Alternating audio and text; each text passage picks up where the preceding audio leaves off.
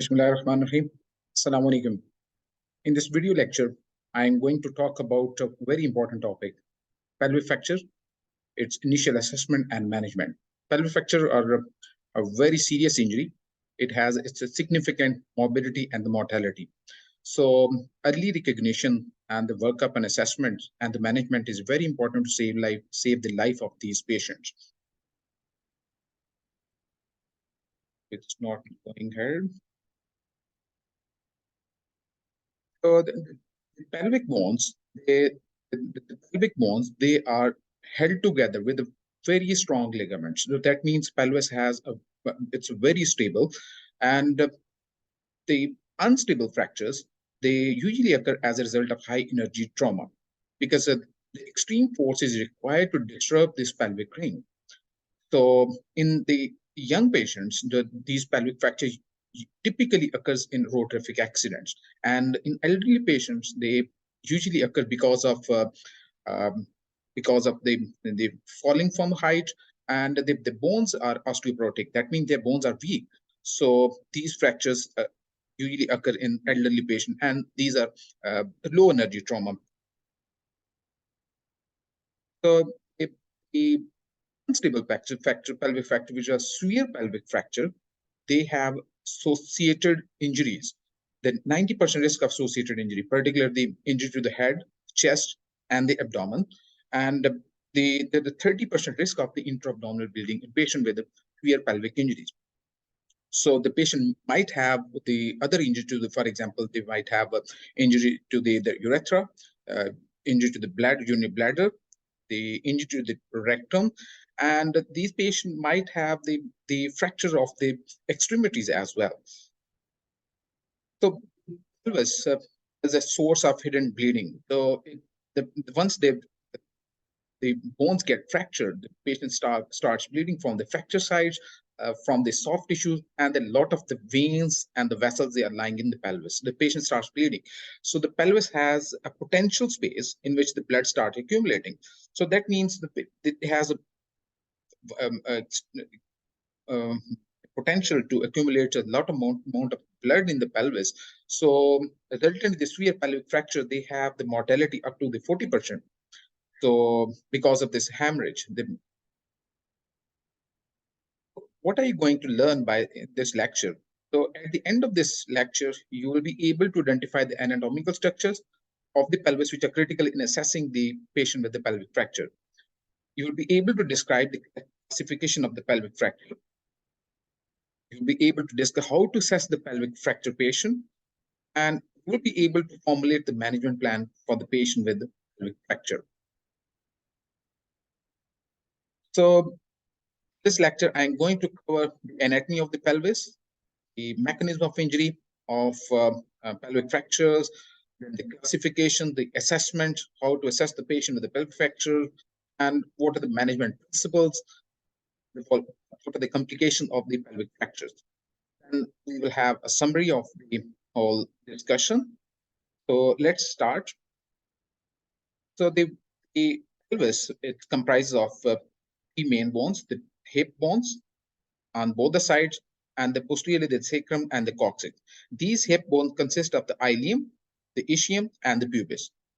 These bones, they are joined together with the sacrum with the help of different ligaments. These are very strong ligaments.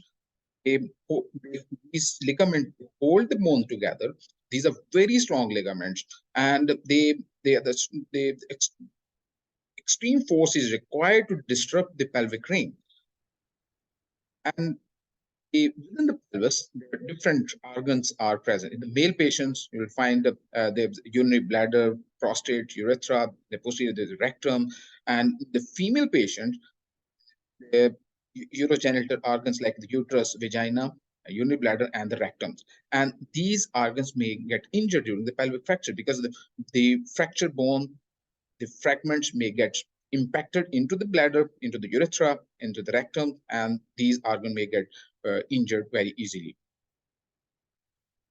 In the pelvis, there's a lot of the blood vessels which are lying in the pelvis. For example, the iliac arteries, and the veins, and the plexus of the veins, the posteriorly, and whenever there's a fracture, the patient, these fracture sites may disrupt these vessels and patient starts bleeding.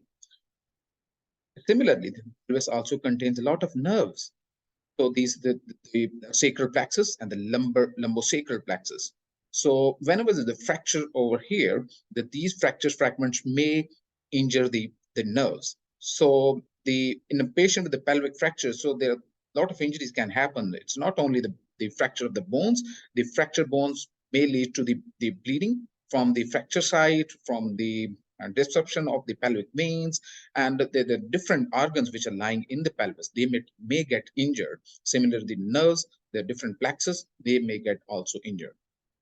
So it's very important to know the anatomy of the pelvis. And similarly, the mechanism of injury is also very important. So far, we have discussed the anatomy of the pelvis, and which is relevant to the pelvic fracture.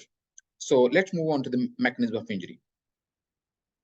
So the pelvic fractures in young patients usually occur because of the rotatorific accident, as extreme force is required to disrupt the pelvic ring. And the rotatorific accident, for example, there's a frontal collision, the collision between the pedestrian and the automobile, and it leads to the injury. Similarly, the side impact can lead to the fracture of the pelvis. In the elderly patients, the pelvis may get fractured as a result of fall. Because their bones are very brittle because of osteoporosis. And in the patient, the young patient, if the patient fell from a height and patient lands on his feet, that this force will travel up and it will injure the pelvis. See, the left hemipelvis, half of the hemipelvis, has been fractured from the interiorly, both the superior inferior pubic rami, and similarly posterior, the sacroiliac joint, they have been opened up. So this half of the pelvis, it moves up. This is vertical shear fracture. That suggests a very serious injury, and it has associated with the massive hemorrhage and with a significant mortality as well. So mechanism of injury is very important to determine the extent of injury, whether it's a low energy trauma in the elderly patient or it's a high energy trauma, because high energy trauma during rotatorific accident is associated with other injuries as well. For example, the injury, the head injury, the chest, and the abdomen. So that has its own morbidity and the mortality. So let's move on to the classification. There are different classification systems which are available for classifying these type of the pelvic fractures. So this classification helps in the making the treatment plan. It is these classification systems, they are based upon the mechanism of injury. For example, there's a young Burgess classification. According to this, anterior posterior compression. They are divided into different categories: interior posterior compression, lateral compression, and the vertical shear fractures. So interior posterior compression means they're the force which is applied interiorly and it is disrupting the pelvic ring.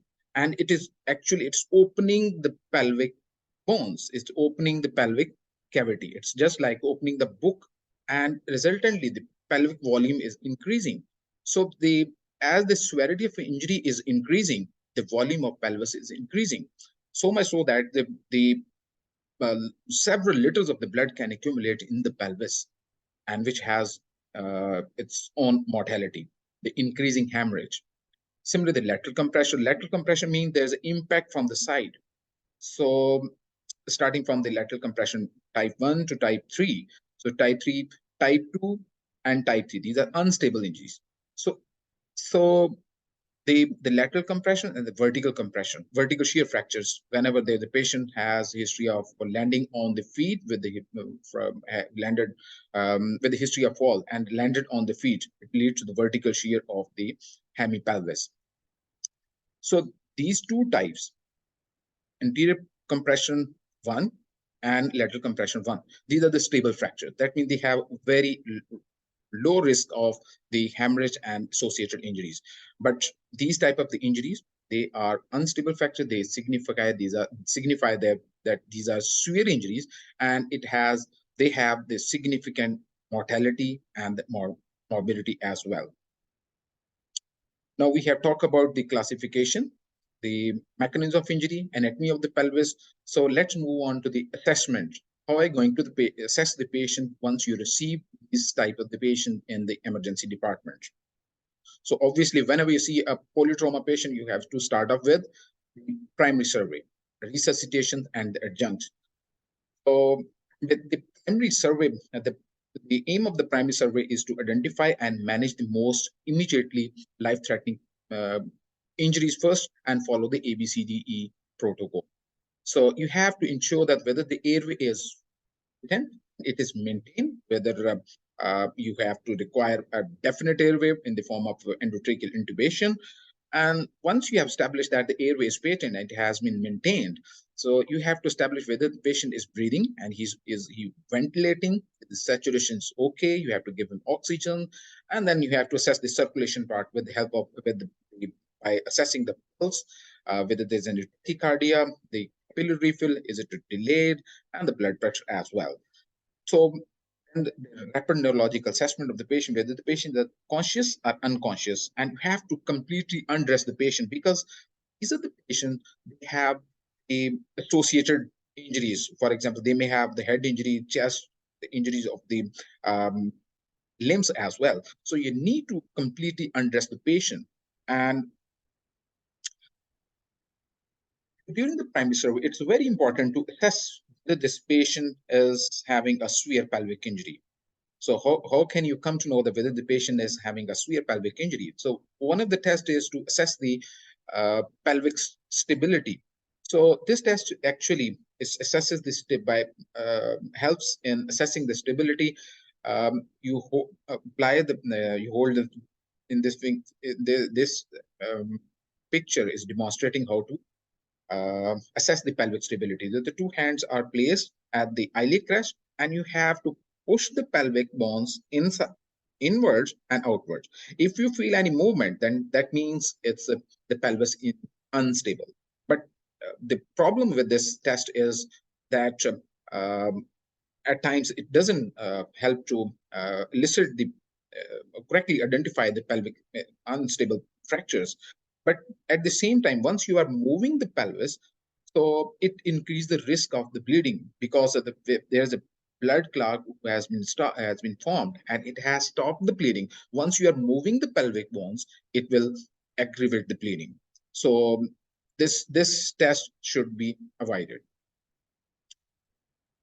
Now, you have to examine the patient and see there is any discrepancy of the length of the limbs. If there is a one leg is short, that means this patient might have the vertical shear fracture. That signify a serious injury because these type of injury have a very high mortality because of the associated hemorrhage and injury to other structures as well.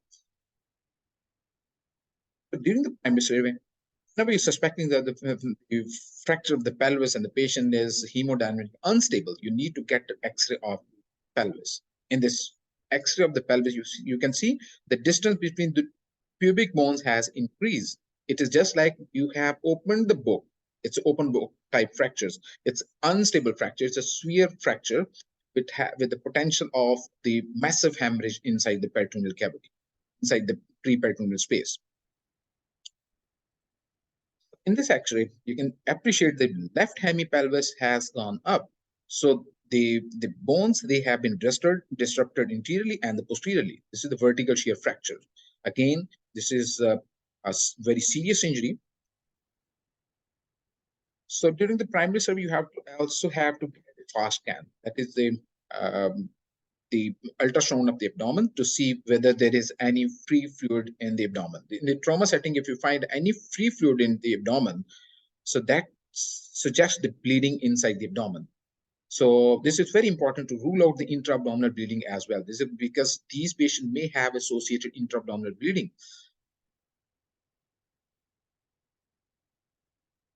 So once you have done the primary survey, you have assessed the patient and the vital signs they have been normalized. You have to do the secondary survey. You have to elicit the detailed history. You have to elicit the ask about the description of the event, whether it's a low energy trauma, it's a high energy trauma, any comorbidities, and is the patient taking any medications, there's a mnemonics, ample, the allergies, a history of allergies, any patient taking any medications, past medical history, last meal, and events surrounding the traumatic event.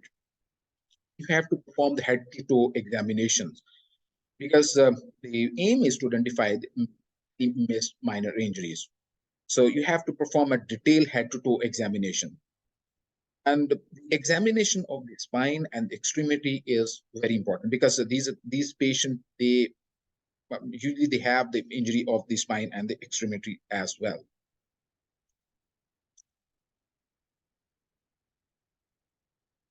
So coming on to the examination of the pelvis, which suggests that yes, there might be injury of the pelvis, there might be pelvic fractures. So you have on the inspection, you might see hematoma, scrotal hematoma, which signify the pelvic fractures. Similarly, you might find the wounds in the pelvis and the perineum, and these wounds may communicate with the pelvic fracture. That signifies, that tells us that it's the open pelvic fracture, which has a very high mortality and high risk of infection as well.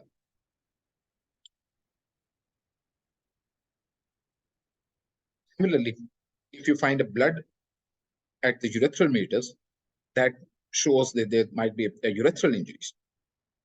And you need to perform the digital rectal examination, see the location of the prostate. If the prostate is high lying, it has gone up, that means the urethra has been disrupted. You may find the laceration of the rectum. You may find the blood in the rectum. That suggests the pelvic fractures, and you may feel the bony fragments through the digital rectal examinations. And similarly, in the female patient, the vaginal examination is very important with the help of the speculum to see the integrity of the vagina and whether there is any blood clots, any laceration, or the hematoma formation. So those patients who are stable, the vital signs, they have been normalized, they are stable enough to go to the CT scan department. So these patients, they require the CT scan of the pelvis. So just to see the extent of the damage and for further planning of the treatment. Now we have talked about the anatomy of the pelvis, the mechanism of injury, the classification of the pelvic fracture, and then the initial assessment of the pelvic fractures, which includes the primary survey, focusing on the primary airway, breathing, circulation part, and then especially focusing on the pelvic fractures, you have to inspect whether there are any discrepancy of the limbs, any sign of the pelvic instability. You have to get the X-ray of the pelvis and fast scan, and you have to perform then the secondary survey. There's a detailed head-to-toe examinations, and particularly the examination of the urethra, digital rectal examination, and vaginal examination in case of female patient. Now, coming on to the management of the pelvic fracture.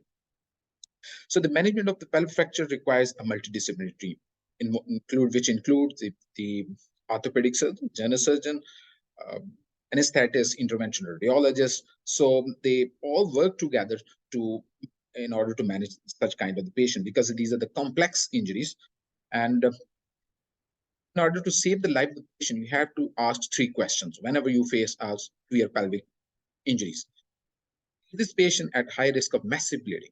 That means the patient is having an unstable pelvic fracture. The pelvic volume has been increased. In case of the open bone fracture, there's a vertical shear fracture. That means one half of the pelvis has gone up. So in those cases, there's a high risk of the massive bleeding. You have to identify such kind of the fractures. And you need to identify where is the source of the bleeding. Because in case of the pelvic fracture, patient might also have intra-abdominal bleeding as well. Patient might be bleeding inside the chest as well. So you need to identify the source of the bleeding as well. Then once you have identified the source of the bleeding, then you must ask the question, how to stop the bleeding? So, and this management involves three components: resuscitation, the stabilization of the bony fragments, and the hemorrhage control. Now let's talk about the step by step about the three components. So first of all, the resuscitations.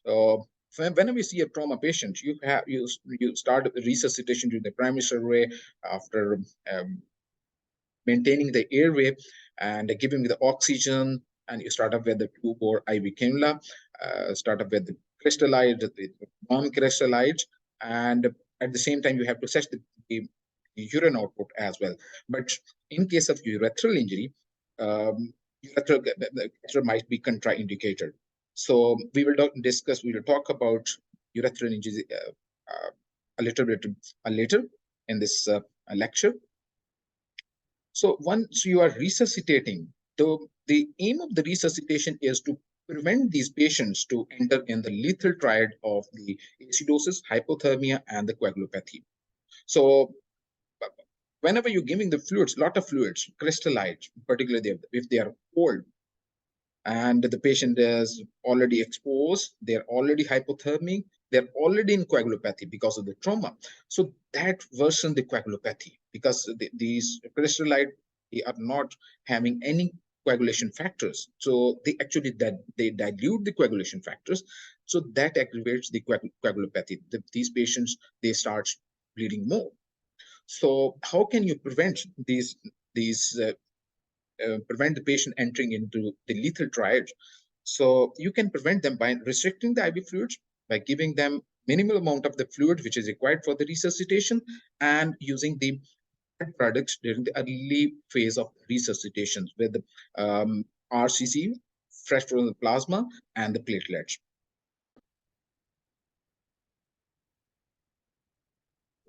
This was there was a problem with the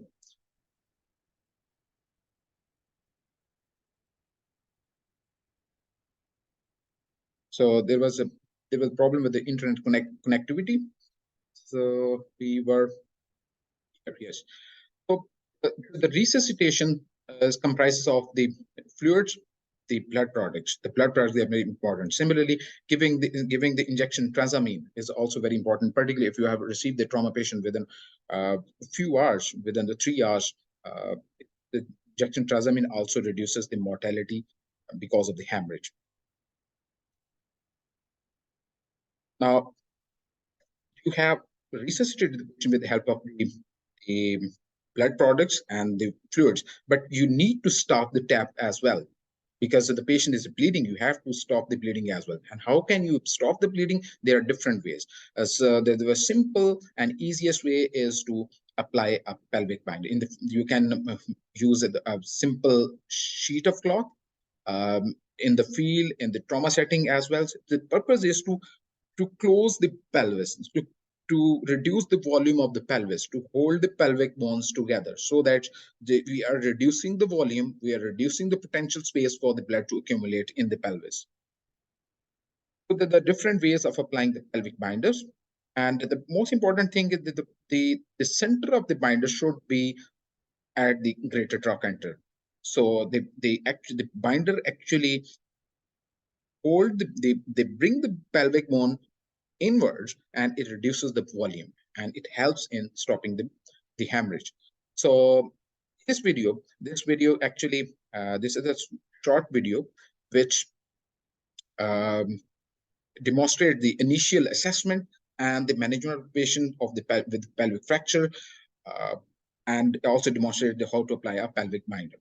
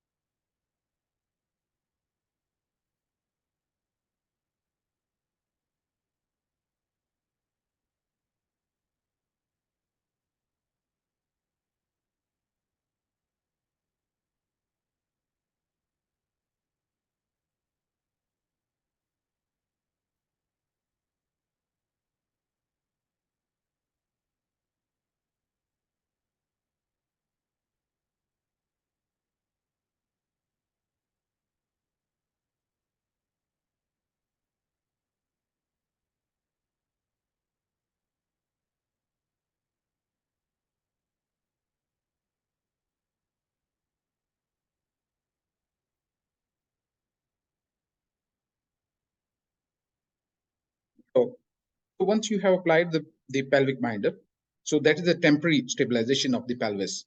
So there's another way of stabilizing the pelvic bones is the use of the external fixator. So in this, the pins, they are passed through the iliac bones, and these pins, they are held together with the help of a frame. So this is, again, it's a temporary measures, and the once they have temporary measures, and these patients might require uh, the peritoneal packing as well. If the patient, the bleeding doesn't stop, there's hemodynamic instability, and the patient is bleeding inside the pelvis. So you have to pack the pelvis. You have to uh, put the packs in the pre-peritoneal space so that it will apply a tamponade on the bleeding vessels. So I'm going to show you a small video which will demonstrate how to uh, pack the peritoneal cavity in case of the pelvic fracture.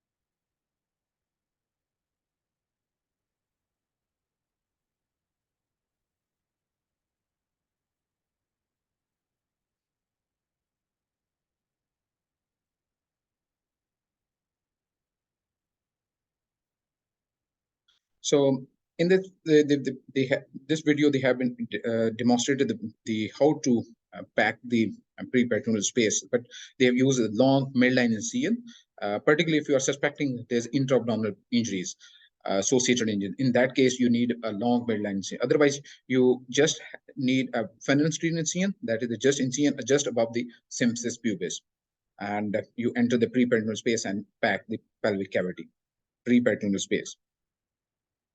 So these patients, they might also require the laparotomy because of the associated injuries. And in that case, you need a midline laparotomy incision, and at the same time, you can pack the pre-peritoneal space with the help of the packs.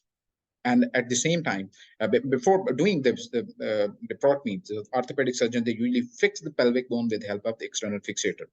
So once you have done the pelvic packing, you have done the pelvic fixation with the help of the pins under the radiological guidance. So if the patient is continuing the bleeding, particularly if it's an arterial bleeding. So need to have CT angiography and the embolization. If there's a arterial bleeding, so you need to stop the bleeding with the help of embolization. That means it's the interventional radiologist. They actually block the bleeding vessel. Here, there's an extravasation of the contrast. That means there's a bleeding over here. So what they will do, the intervention radiologist, they go through the vessels. They go through the vessels from here to follow these vessels, and they block this vessel with the help of the different materials. So angioembolization also, the patient may also require the angioembolization if they don't respond to the other measures like preperitoneal packing and the skeletal stabilization and the resuscitations. Pelvis, the external fixation is a temporary fixation, and these patients may also require the internal fixation in the form of the screws, plates, and these are done by the orthopedic surgeons. So if you find a patient with having blood at the urethral meters, so that means this patient might have a urethral injury. So in these patients, do not pass the Foley catheterization, and because it can aggravate the urethral injury, rather than we get a retrograde ureterogram. And how can we do that? We have to just pass a Foley catheter, keep it in the fossa navicularis, and inject a contrast. Contrast is injected through this Foley tube, and the contrast outlines the urethra, and the contrast goes into the bladder. So this demonstrates the integrity of the urethra. So this is an X-ray which is demonstrating the urethra, and here you can see there's an extravasation of the contrast, and there's the bladder over here. So from here, that means there's a urethral injury over here. There's the extravasation of the contrast. So if there is the extravasation of the contrast, the Foley's catheterization, passing the Foley catheter, is contraindicated because it will aggravate the injuries, rather than we pass the catheter directly into the bladder. That is the suprapubic hysterostomy. Bladder is this catheter is passed directly into the bladder by making a small incision in the suprapubic region, and the urethral injury is managed by the urologist later on. And if you find rectal injuries, so there's a fracture, there's rectal injuries as well. These types of patients, they are managed by the general surgeon, and these patients may require the colostomy. That is the formation of the stoma. The colon is brought out, and it is secured with the skin, and bag is applied. And later on, the patient, the bowel continuity is restored once their rectal injuries and they have been managed. So we have talked about the management of the fractures, which involves actually three components: the resuscitation, and the hemorrhage control, and the third one is skeletal stabilization. Resuscitation in the form of the fluids, blood products, and hemorrhage control in the form of the skeletal stabilization. There's a temporary measures, the applying the pelvic binder, external fixator, and then patient may also require the preperitoneal packing to stop the bleeding from the pelvic fractures. And if all these measures they are failed, so these patients may require the angioembolization. These patients may have to be shifted to the radiology department for the intervention radiological procedure, that's the angioembolization. If the patient has associated urethral injuries, so in those cases, so the Foley's catheterization is contraindicated, and you have to pass a suprapubic cystostomy. And in case of the rectal injuries, so these patients require the colostomy as well. So let's talk about the complication of the pelvic fractures. What are those? In acute setting, the patient may have a massive hemorrhage, and it may lead to hemorrhagic shock, and patient may die because of the hemorrhage. This is the leading cause of death in case of the pelvic fracture during the initial phase of the resuscitation. Patient may have a visceral injuries, for example, injury of the urethra, urinary bladder, rectum, and patient may also have the permanent neurological injury because of there's a lot of nerves which are lying in the pelvis, the lumbosacral plexus. They may get injured, and if these injuries they contribute to poor patient outcome. Patient may get the venous thromboembolism. This is the development of deep vein thrombosis because the patients are immobile because of the pelvic fractures, and there's endothelial trauma and of the vessel as well. They also that's also risk factor for the development of the venous thrombosis as well. So this patient may develop infection in case of the open pelvic fracture if there is a wound in the groin or the perineum. So these patients may develop the infection, which is may prove a lethal complication.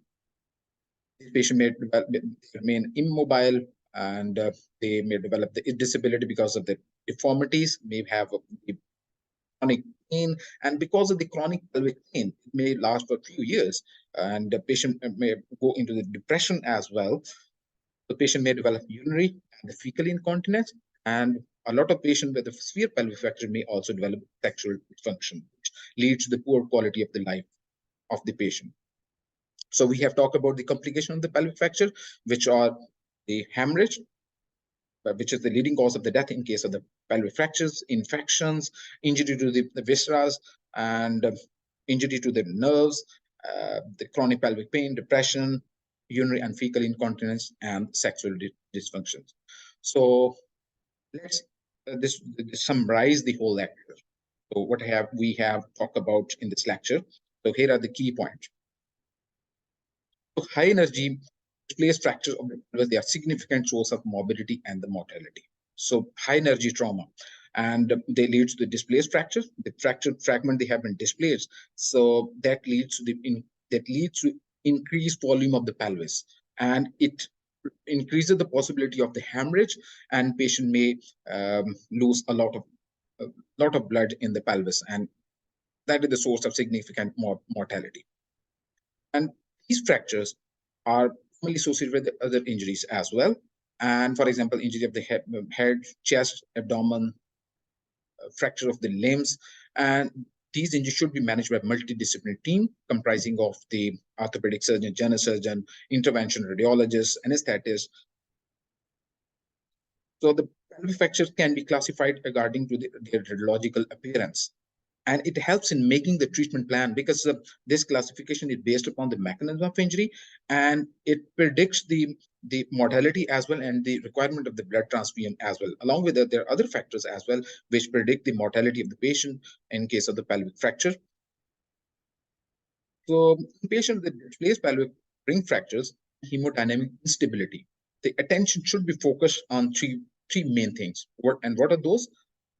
Aggressive resuscitation of the patient, which involves using the fluids, early use of the blood products, and the purpose is to prevent the patient entering into the lethal triad of acidosis, hypothermia, and the coagulopathy. Early stabilization of the bony injury is very important. So, to reduce the volume of the pelvis, and it will help the increasing the tamponade effect on the bleeding. There's hemorrhage control, either through the retroperitoneal packing or the angioembolization. So there are multiple physical and psychosocial complications of the pelvic fracture, which we must keep in mind. So this was all about the pelvic fractures, its initial assessment and the management. So I end this lecture. But before that, please, I would request you to please provide me the feedback. Here's a Google form. Just copy this link, and the Google form will appear. And let me know what is the most important thing which you have learned in this recorded lecture, and any question, any clarification which you need in case of the pelvic fracture management and assessment of the patient of pelvic fractures, and any suggestion for improving this recorded lecture. So I end this lecture with this quote: "A positive attitude brings much gratitude.